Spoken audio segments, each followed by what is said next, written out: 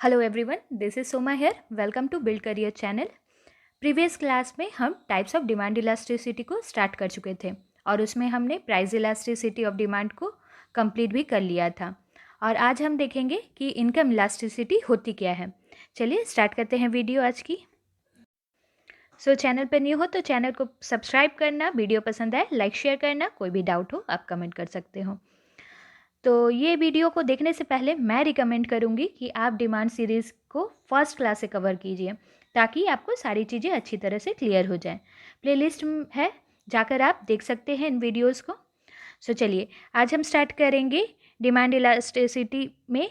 हमने price elasticity को पहले ही कवर कर लिया था पिछले वीडियो में, तो आज हम देखेंगे कि इनकम इलास्टिसिटी क्या होती है। चलिए, income elasticity of demand. Professor Watson ने एक हमारे लिए डेफिनेशन प्रोवाइड की है इनकम इलास्टिसिटी की। क्या है definition? Income elasticity of demand is the rate of change of quantity with respect to the change in the income, other determinants remaining constant. क्या मतलब है इसका? प्रोफेसर वॉटसन कहते हैं कि इनकम इलास्टिसिटी ऑफ डिमांड एक रेट है। क्या है ये एक रेट है जो कि ये क्या है?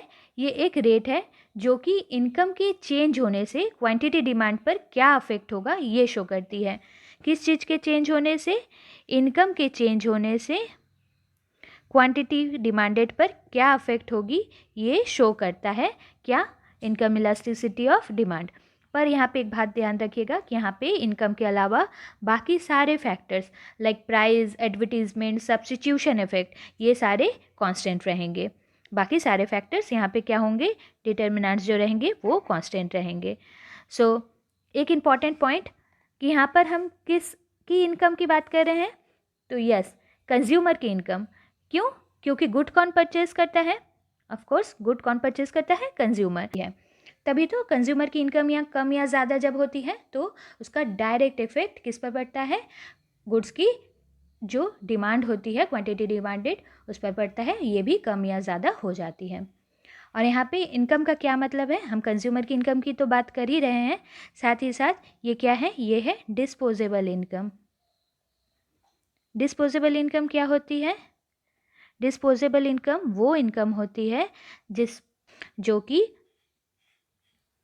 वो अमाउंट होती है जो कि टैक्स और साथ में दूसरे जो अदर चार्जेस हैं इसे माइनस करने के बाद आता है। और ये अमाउंट से कंज्यूमर क्या कर सकती है? उसे चाहे तो सेव भी कर सकती है या फिर उससे कुछ परचेज भी कर सकती है। चलिए अब हम देखेंगे इसका फॉर्मूला क्या है। इसे कैसे शो किया जाता है? Elasticity of income, proportionate change in quantity demanded by proportionate change in income, यानी percentage change in quantity demanded by percentage change in income. इस तरह से मैथमेटिकली हम इसे रिप्रेजेंट करते हैं। एक और तरह से भी इसे दिखाया जा सकता है। कैसे? देखते हैं। Elasticity, income elasticity of demand is equal to Q2 by Q2 minus Q1 by Q2 plus Q1 divided by I2 minus I1 by I2 plus I1। यहाँ पे Q2 का क्या मतलब है? क्वांटिटी डिमांडेड आफ्टर चेंज, और Q1 quantity demanded before change of income, और I2 का मतलब है इनकम बिफोर आफ्टर चेंज, और I1 इनकम बिफोर चेंज। तो यहाँ पे आपके लिए क्लियरली मैंने शो कर दिया है, एक बार आप देख लीजिए इनको अच्छी तरह से। यहाँ पे बहुत सारे टाइप्स हैं। चलिए अब हम देखेंगे इनकम इलास्टिसिटी के कितने टाइप्स होते हैं। बहुत हद तक ये प्राइस इलास्टिसिटी की तरह ही है, पर कुछ कुछ जगह चेंजेस हैं, इन्हें हमें देखना हमारे लिए इम्पॉर्टेंट बन जाता है। कितने टाइप्स हैं? 6 टाइप्स हैं। क्या क्या? Perfectly inelastic demand, EI equal to 0, less than unit income elasticity of demand, EI less than 1, unitary income elasticity of demand, EI equal to 1, greater than unit income elasticity of demand, EI greater than 1, perfectly income elasticity of demand, EI equal to infinity। ये क्या है? ये infinity का sign है। और negative income elasticity of demand. So EI is क्या होगा, less than 0। चलिए देखते हैं क्या है ये। परफेक्टली इन इलास्टिक डिमांड, इसका एक और नाम क्या है, इसका हम क्या नाम से जान सकते हैं, zero income elasticity of demand. छोटी छोटी पॉइंट है पर हमारे लिए ये एग्जाम पॉइंट ऑफ व्यू से इंपॉर्टेंट बन जाती है। ऑब्जेक्टिव्स में इसी तरह के क्वेश्चन बनते हैं। इन इलास्टिक मतलब नो चेंज। इन इलास्टिक का क्या मतलब है, नो चेंज, कोई चेंज नहीं, यानी घटे बढ़े पर क्या होगा, इनकम घटे या बढ़े लेकिन क्वांटिटी डिमांडेड में कुछ भी चेंजेस नहीं आएगा। सामान की डिमांड पर कुछ भी चेंज नहीं होगा, कुछ भी अफेक्ट नहीं पड़ेगा। इसलिए इनकम इलास्टिसिटी ऑफ डिमांड क्या होगी यहाँ पे, 0। सो इस कैटेगरी में कौन से गुड्स बिलोंग करते हैं, एसेंशियल गुड्स। एसेंशियल गुड्स यानी जो बहुत ज़रूरी सामान है, इससे आप जितना भी ये घटे या बढ़े आपकी इनकम, तो उस पर कोई इफेक्ट नहीं पड़ेगा। जैसे कि सॉल्ट, तो एग्जाम्पल में हम क्या लेंगे, सॉल्ट सबसे इजी एग्जाम्पल है। तो सॉल्ट आप उतना ही कंज्यूम करोगे कि जितना कि पहले करते थे, इनकम बढ़ने से भी ऐसा कुछ नहीं होगा, कोई मतलब उस पर अफेक्ट नहीं पड़ेगा। आप ज़्यादा सॉल्ट कंज्यूम करने लगोगे, ऐसा तो पॉसिबल है नहीं। इसलिए एसेंशियल गुड क्या होती है, perfectly income in elastic. So graphically यहाँ पे देखिए कि डिमांड जितनी Y1 में थी, सेम डिमांड Y2 में भी होगी, यानी कोई भी चेंज नहीं होगी। इनकम बढ़े या घटे, डिमांड में कोई चेंजेस नहीं होगी। इसीलिए इलास्टिसिटी ऑफ डिमांड क्या होगी यहाँ पे, 0। इन इलास्टिक है, परफेक्टली इन इलास्टिक। चलिए नेक्स्ट देखते हैं। लेस देन यूनिटरी मतलब इनकम इलास्टिसिटी क्या है, 1 से कम, 1 से कम है। यानी कंज्यूमर की इनकम में जितनी प्रपोर्शन में चेंजेस आएगी, उससे गुड्स की जो डिमांड है उसमें कम चेंजेस होगी। और ये केस कौन से में होता है, नॉर्मल गुड्स में। मतलब क्वांटिटी डिमांडेड क्या होगी, less than percentage change in income of consumer. Consumer की जो इनकम होगी उससे कम प्रोपोर्शन में क्वांटिटी डिमांडेड में चेंजेस आएगी। सो ग्राफिकली यहाँ पे देखिए कि इनकम में कितनी ज़्यादा चेंजेस आ रही है, Y1 से Y2 में कितना डिफरेंस है, बट क्वांटिटी डिमांडेड में क्या हो रहा है, बहुत ही कम चेंजेस आ रही हैं। चलिए नेक्स्ट देखते हैं। Unitary income elasticity of demand. Unitary income elasticity मतलब क्या है, EI इक्वल टू 1, 1 से इक्वल है, 1 के बराबर है। तो यहाँ पे क्या होगा, इनकम में जो चेंजेस आएगी, इनकम में जितनी प्रपोर्शन में चेंजेस आएगी, सेम इक्वल क्वांटिटी में ही गुड्स की जो डिमांड होगी उसमें भी सेम चेंजेस होगी, दोनों बराबर होंगे। डिमांड और इनकम में जो जो चेंजेस हैं दोनों वो इक्वल प्रपोर्शन में होंगे। देखिए यहाँ पे दोनों में क्या हो रही है, ग्राफिकली हम जो देख रहे हैं इसमें भी सेम चेंजेस आ रही हैं। नेक्स्ट देखते हैं।